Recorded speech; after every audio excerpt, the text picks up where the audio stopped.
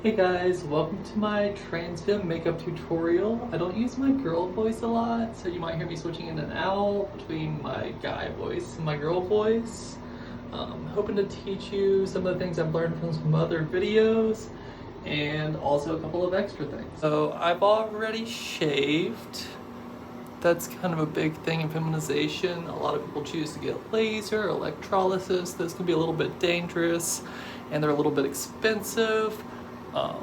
One thing I like about makeup is you can play with your looks and you're not really stuck with a certain look, and it avoids risky and expensive procedures. Normally I like to wash my face before I shave. That way I don't have to rub on the shaved areas and open up extra razor necks more than I need to.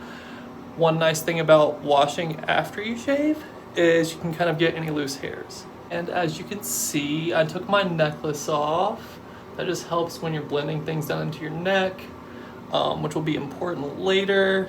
And I also have my hair up, which helps keep it out of the way. Washing your face before just kind of gives you a smooth surface to work with, and it's generally recommended that you have clean skin before putting on makeup. The first thing I do is put on primer.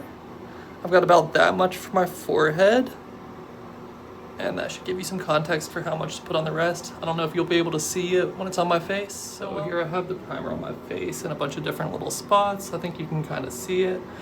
You can also use powder primer. They say if you're using powders, to use powders throughout the entire process.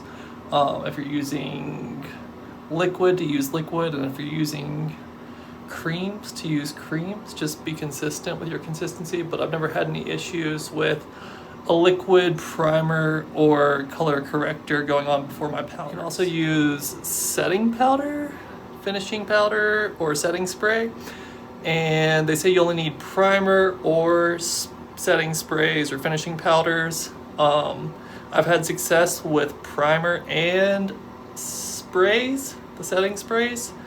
Afterwards, I really like that look, and the only thing I haven't been able to beat is my first setting spray.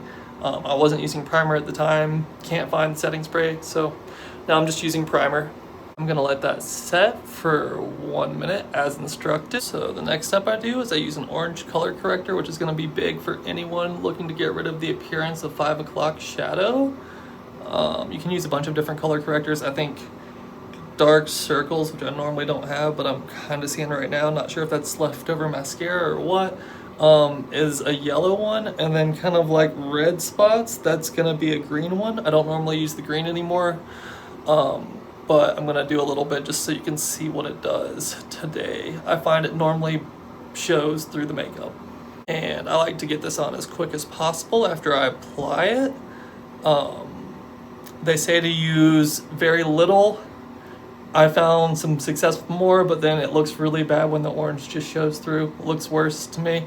So I've been going lighter since I kind of had that issue. And they say to focus that orange color corrector in this area. But I honestly find more often I need it to be a little bit more heavy here. I don't know if that's because I have thicker hair there, but yeah. Mine comes with a little brush. I try to brush it on evenly and get it slightly more orange than it should look, because I find when I use my finger to rub it in, which is the best technique I've found so far for spreading it, it kind of loses a little bit of the orangeness. That's probably it just getting stuck to my hand.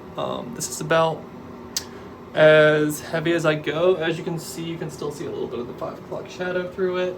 Some people say to blend into surrounding areas. I kind of do naturally, but I find it looks better if you can just really focus that orange to the darker areas and kind of move it where it needs to be.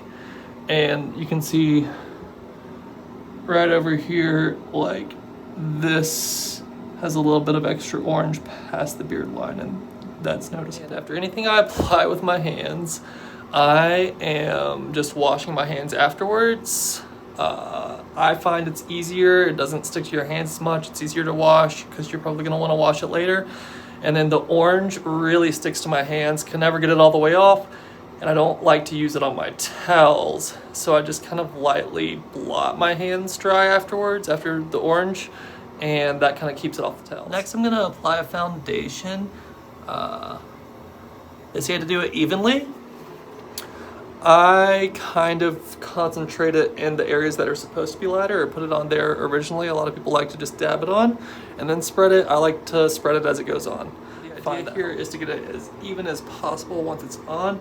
This is about as spread out as I get it before that. This is kind of how I apply it. You'll notice it's not applied to my eye area. That's not somewhere makeup really goes. There are a lot of suggestions, I think, like concealer. I use a lighter color, a highlighter on my eyes, but try not to do too much of it because they say not to put too much makeup on that eye area. I have this kit that comes with like a 4-step eye thing, and it works okay. It follows the general rules, but I just use highlighter and it works fine. And a little bit of contour up here and on the eyebrows. Gives your eyes depth. This is probably a good time to get into what makes a feminine face. Generally speaking, it's going to be rounder, so I do a lot of these motions and try to focus here when I'm first putting it on.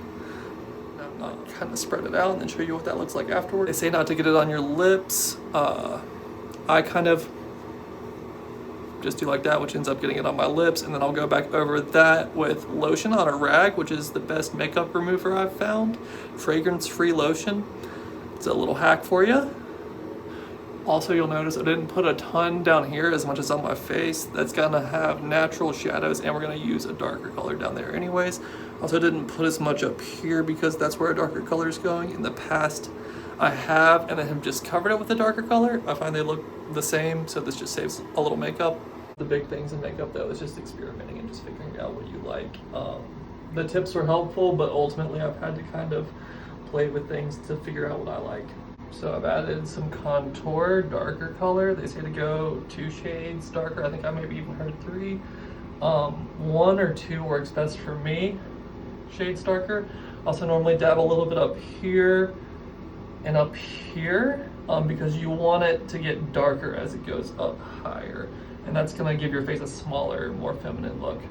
I've also done a little bit under here, which kind of makes your lip look bigger because it looks like there's more of a shadow.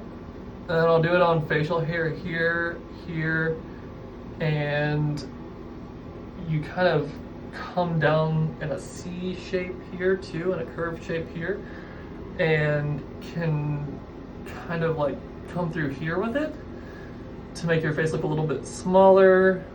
As you go up, you can definitely like apply it to more of the face, and then when you're coming down to the chin, it's recommended that you just do a little bit. And I think, I remember hearing this is kind of masculine, so I do a little bit there. It's supposed to make it look darker and disappear, which seems counterintuitive to me because it's already going to create a shadow, but it works sometimes. And then I'm also going to go under my nose and here, which is going to give my nose the appearance of being smaller, and starting here. It's gonna help with that petite, rounded face look. I've also heard, and I might mess up the shape here, that you can do, I guess, a model look. One was like cute, one was model, and I think that's kind of like this shape with the contour instead of this shape. Also, I've heard to cheat it up a little bit and do it on top of your cheekbones. And then I've heard something that kind of contrasts that, which is you want this area bigger because you want to look like you have bigger eyes because that's more feminine. I think I used to do it higher up and I've just gotten lazy. I like the look better, but I've just gotten so used to kind of following my cheekbones where they're at. And one of the things I will say is with a longer face, which I feel I have, it's harder to connect up here to down here when you cheat things up. I might be able to explain a little bit more about that later, and like some other kind of things that make that hard to do and still make it look like one face, 2 faces matched together. So if you have an Adam's apple, like a prominent Adam's apple, or even if you just want to make it disappear, it's recommended that you put some darker color here, some contour, and then you're just gonna come over in a triangle shape. I would normally add a little bit more contour here, and then pull down from here and kind of bring that all in a triangle shape towards the Adam's apple, and then I would blend that out later. I went ahead and threw on 2 light